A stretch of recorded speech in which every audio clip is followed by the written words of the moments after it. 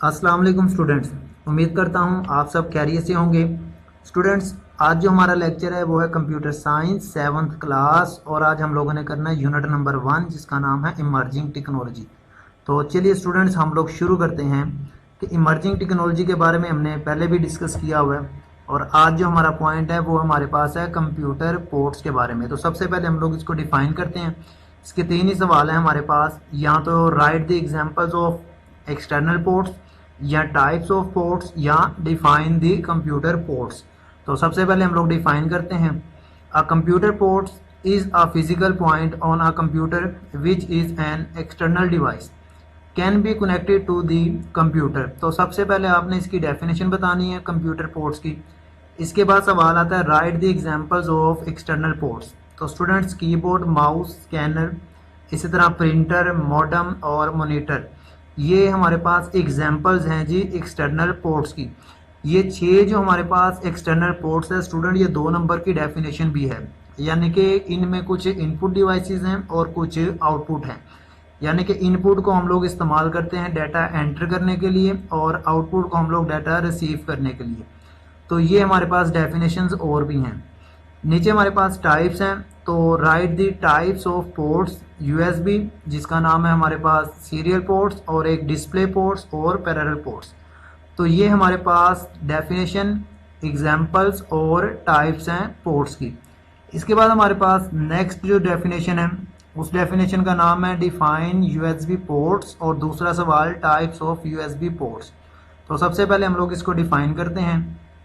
Students, सबसे पहले USB, इसका भी 2 नंबर का सवाल आता है कि स्टैंड फॉर। तो आपने सिर्फ इसका स्टैंड फॉर यानी कि फुल नेम बताना है इसका। तो वो हमारे पास है universal serial bus is a plug and play interface that allow a computer to communicate with another device.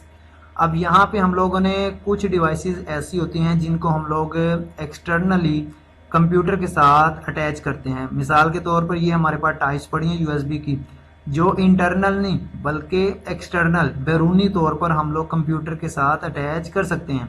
ये हमारे पास कीबोर्ड है, ये कैमरा, मीडिया प्लेयर, ये हमारे पास प्रिंटर वगैरह, वीडियो वगैरह, नेटवर्क वगैरह, ये सारी चीज़ें वो चीज़ें हैं जो हम लोग एक्सटर्नली कंप्यूटर के साथ कनेक्ट कर सकते हैं। यहाँ पे हमारे पास जो मुख्तलिफ डेफिनेशंस भी हैं 2-2 नंबर की। लास्ट पे हमने पढ़ा हुआ है जी नेटवर्क।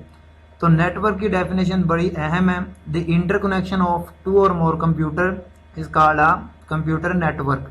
तो ये नेटवर्क की इकसाम भी, डेफिनेशन भी, इस तरह के सवाल आते हैं, तो आपने लाजमी इसको तैयार करना है। स्टूडेंट्स, इसके बाद हमारे पास जो डेफिनेशन है वो आती है डिफाइन द HDMI पोर्ट्स। या तो स्टैंड फॉर के बारे में पूछा जाएगा, या एग्जांपल्स, और या फिर इसकी यूजेस।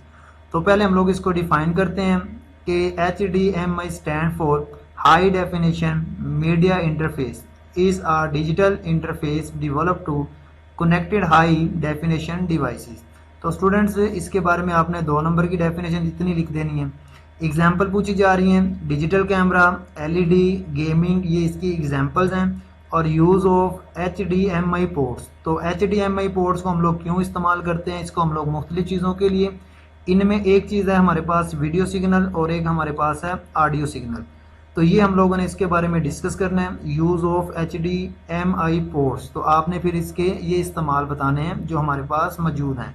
स्टूडेंट्स, लास्ट सवाल है difference between CPU and GPU, और इसके अलावा डिफाइन CPU और डिफाइन GPU, दोनों तरह से सवाल पूछा जा रहा है। तो सबसे पहले CPU stand for central processing unit है, और इसी तरह से CPU है few strong core quick access to system memory. Memory हमारे पास आगे बता रहा है रैम। तो मेमोरी की 2 इकसाम होती हैं, रैंडम एक्सेस मेमोरी, और एक का नाम है रीड ओनली मेमोरी। रैम की भी आगे 2 इकसाम है, डी रैम और एस रैम, डायनामिक और स्टैटिक रैम। इसी तरह 3 है हमारे पास होती हैं इकसाम रोम की, जिसे हम लोग कहते हैं पी रोम, EP रोम और EEP रोम।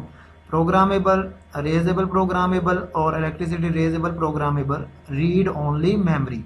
CPU कंज्यूम्स और needs more memory than GPU। और इसी तरह से the speed of CPU is less than GPU speed. CPU is not suitable for parallel instructions processing, लेकिन वो कह रहा है कि CPU is suitable for serial instruction processing. तो ये हमारे पास पॉइंट्स हैं सीपीयू के, आपने लाजमी इसको याद करना है ताकि 2 नंबर का सवाल आए फिर भी आप लिख दें, और अगर डिफरेंस आएगा तो फिर भी। इसके बाद हमारे पास जो नेक्स्ट पॉइंट है वो हमारे पास आएगा जी, अब जीपीयू के बारे में हमने बताना है कि ये सीपीयू के बारे में तो बता दिया। GPU stand for a graphic processing unit, और जीपीयू है थाउजेंड ऑफ वीकर कोर और सूटेड फॉर पैरेलल वर्कलोड्स। इसी तरह can only access we RAM quickly, it consume और required less memory than CPU, यानी कि इसे मेमोरी की कम ज़रूरत होती है as compare to CPU. GPU is faster than CPU speed और GPU is suitable for parallel instruction processing। Students, ये था हमारा लेक्चर जो मैंने आपको बता दिया। उम्मीद करता हूँ कि आपको समझ आ गई है, लिहाजा इसे लाइक करें, शेयर करें और हाँ, सब्सक्राइब करना मत भूलिएगा। अल्लाह हाफिज़।